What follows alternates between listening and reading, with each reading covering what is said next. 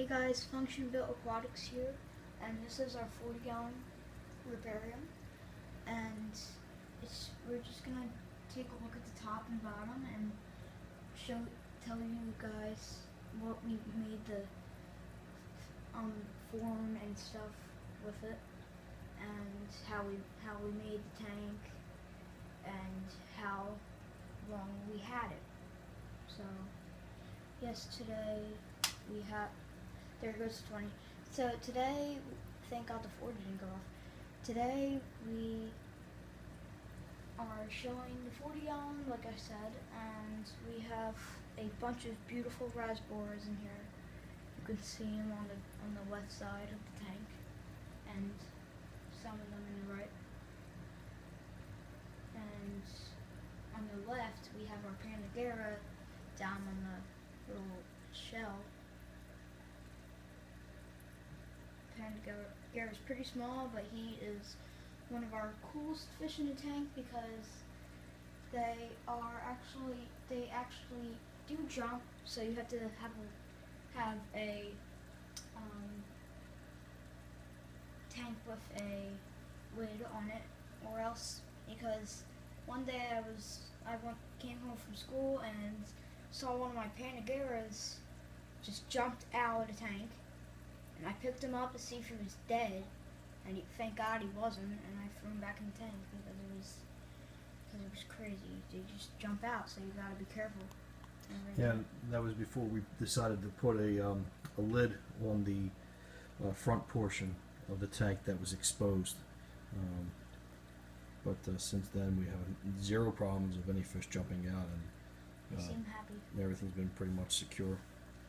So took a little trip back from Shark Aquarium in Hillside, New Jersey. It's happily closing down.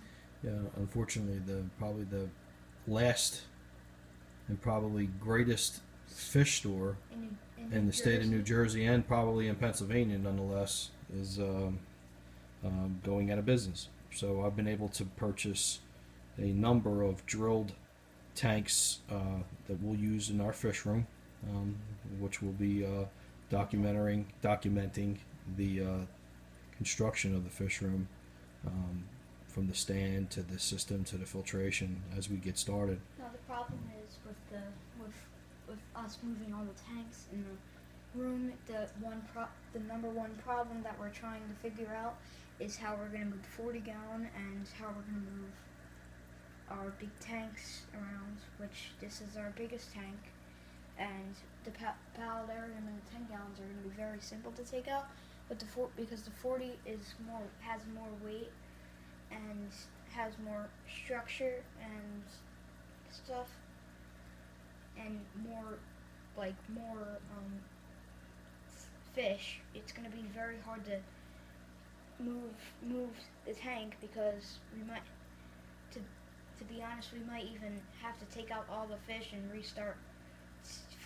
Take out all the water, and then fill it back up, put the fish back in. Well, we'll see. We'll see what the process is. But in this tank, it's mostly Asian endemic species. Two types of rasboras. We have the pork chop rasboras and the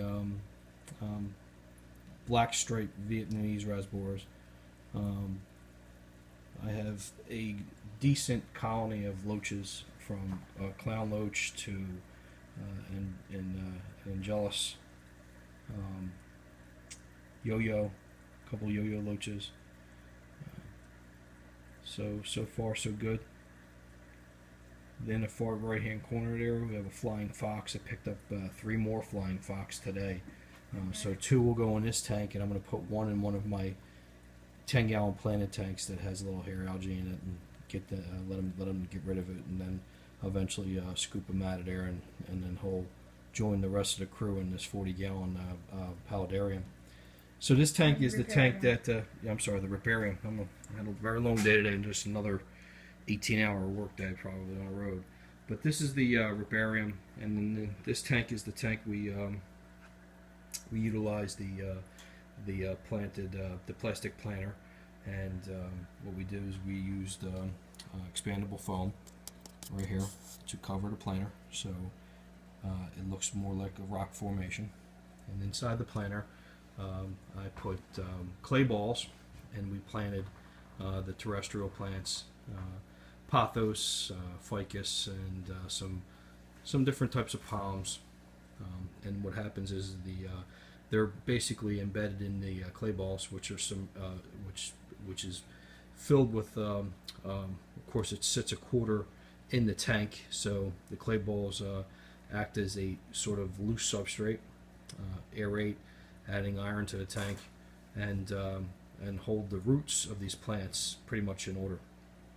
The roots of the plants run through the planter, and you're probably not going to be able to see it, but Down to the. yeah, the roots actually get a chance. They get a chance to dip into the tank. There's a cool thing about this. Sometimes when we just go on like a Disney trip, we leave the tanks alone, but we have someone feed them. The roots of the 40-gallon breeder from the top plants sink down actually all the way to the ground. Yeah, some of them have already penetrated almost all the way down to the substrate and are embedding into the substrate. It's pretty wild how these plants can pretty much live with their roots entirely submersed in water, constantly getting water. This tank has a dirt base with a playbox sand cap, lots of driftwood. We used a lot of FunctionBuilt-Aquatics products in this tank, and this tank has been a lot darker than it currently is, but right now this is exactly the tint I'm looking for, so it allows me to see the fish, see their colors, get a chance to see everybody doing their thing, and that's pretty much it. Well, like I said, this is the riparium 40-gallon tank, and this is FunctionBuilt-Aquatics. And if you haven't already subscribed, please do so. Give this video a like, give us a comment, if you have any questions. I'm probably missing some things, so if you have any questions on how we did this or how you can do one, shoot one off, and I'd have no problem answering it. So good night, guys. We'll give you the response if how we make it in the comments below. And good night, guys, and we'll see you guys later. Good night. See you later.